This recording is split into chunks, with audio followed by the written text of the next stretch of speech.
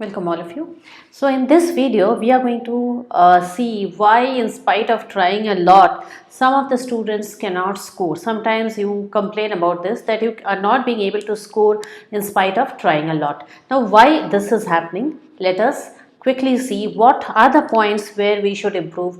Please watch the video till the end, because there are lots of things in this video which every point I feel is very important for you to follow before your exams, okay, or even in your exams. So please watch till the end, and if you have not liked or if you have not subscribed the channel till now, please subscribe the channel, because I shall be uploading lots of more important videos after this. So if you haven't subscribed the channel, please subscribe it, and also if you like the video, please press the like button. I would like to know that you are liking my videos.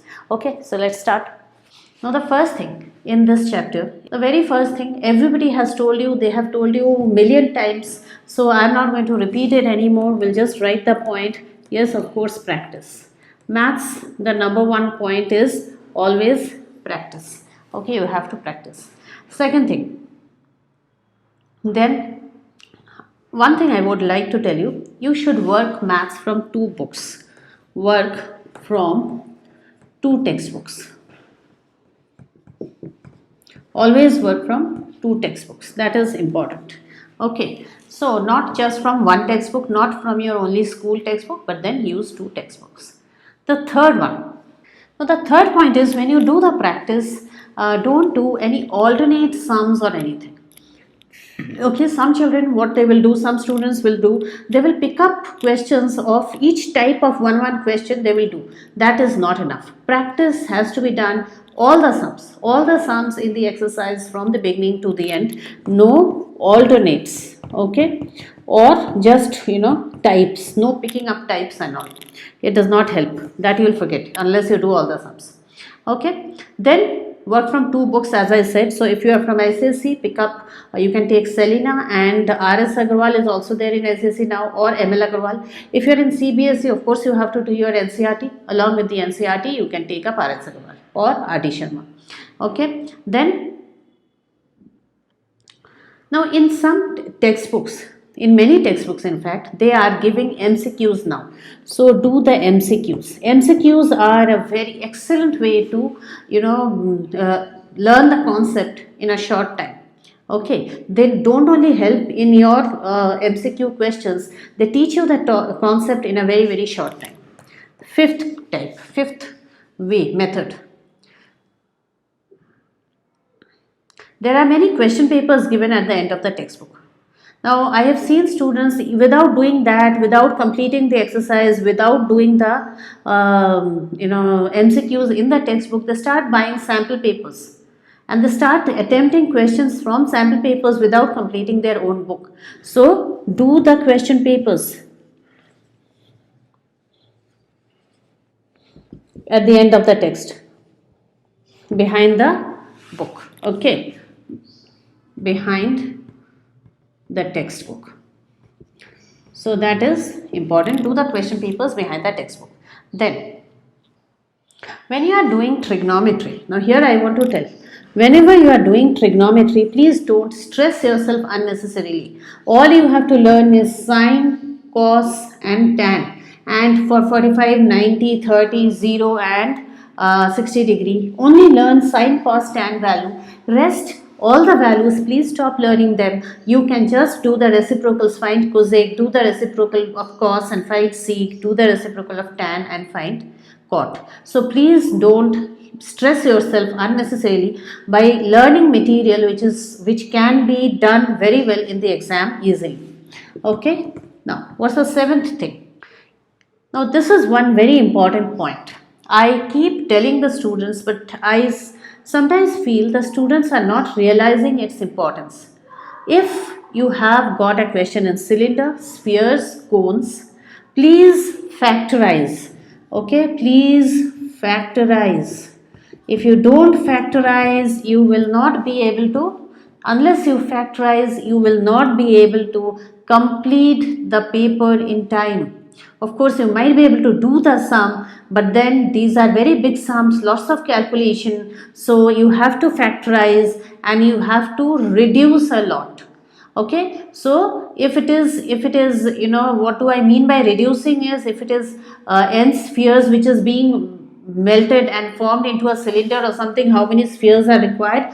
N into 4/3 pi r cube is pi r square h, right? This is what you are going to write. So cancel, this is what I mean by reduce. Don't start putting 22/7, multiply, divide, all that. Cancel at this position only. Okay, as far as possible cancel. In most of the cases pi gets cancelled. Okay, so that is one thing. And another thing is factorization. When you are adding the surface area of lots of things, then you can watch my video on this, watch my surface area volume videos. I have used it again and again there. Okay, so you will know what exactly I mean to say by factorizing in surface area volume chapter. Okay, and lots of identities are also used here. Then another thing, another chapter that you find very difficult, and it you don't tend to get the sums in the exam is trigonometric identities. Now why you don't get it? They are not tough. See, most of us go to the exam thinking that I will manage because tan is sine by cos, and I will write it there and I'll cancel and I'll do simplify and I'll get it. It makes your sum very big, and you are wasting 3 times the time in one sum, and you are missing other sums in the paper. You don't get time to complete the paper. Trigonometric identities has to be trigonometric identities. You have to use the 3 identities. 1 plus tan square is sec square, 1 plus cos square is cosec square, and 1 plus sine square plus cos square is equal to 1. You have to use that. Okay, so when you see an identities question, look at it, give it 1 second of time and try and figure out which is the closest possible identity that can be used in that sum. Okay, so you have to understand which is the closest possible identity that can be used in that sum, and try to take the rest of the sum towards that, towards using that, trying to use that. Okay, so that is the what I say by use identities. Don't bank on sine cos. If you change every sum to sine and cos, you will not find time to complete the paper. Okay, now the 9th point. What is the 9th point?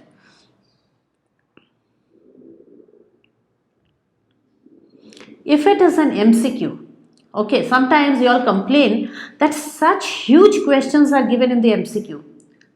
It's not so. If they have given an MCQ and you're finding it exceptionally long to be in an MCQ, please look at it once again. Please observe it for 2 minutes and try to find out. It has to have a shortcut. You are missing the shortcut. Okay, you cannot have a 1 page long sum in MCQ. They will not set the paper like that. You look for the shortcut in the MCQ. There has to be a shortcut. I have heard students complaining, how will I complete, MCQs were also full length. It isn't that way. You are missing the shortcut. Okay. Now, MCQs generally carry less marks. So, MCQs at the end. Always do the MCQs at the end of the paper after doing your long questions, because they are smaller, but then you tend to waste a lot of time if you are doing it in the beginning. Then, if you have graphs, okay, if you have graphs, do it in the beginning.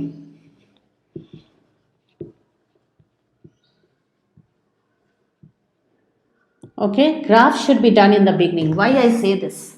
Why I say this? Graphs should be done in the beginning because if graphs should be done in the beginning. Why? Because if you don't do graphs in the beginning, graphs have some, sometimes very difficult scales. You will do your scale wrong. You'll take your scale wrong if you are not doing graphs when you are not in a hurry. If you are in a hurry, scales go wrong. Okay.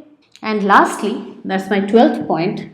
Always time yourself and solve 3 hours papers. Okay, so because you might be doing one chapter at a time, testing one chapter at a time, but then the mix of questions is also necessary, and time yourself and don't go beyond that time.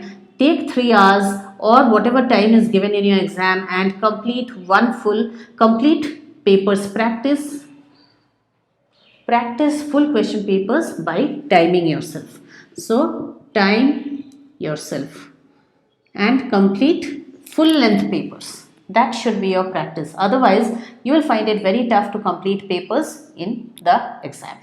Okay, so that is it. I hope this helps.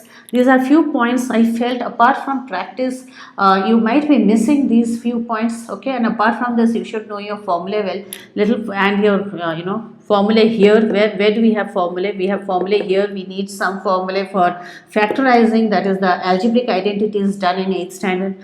Then we need some formula in statistics. Okay, and so it's better to write all formula in one place. Value of sine, cos, tan of the standard angles you should know.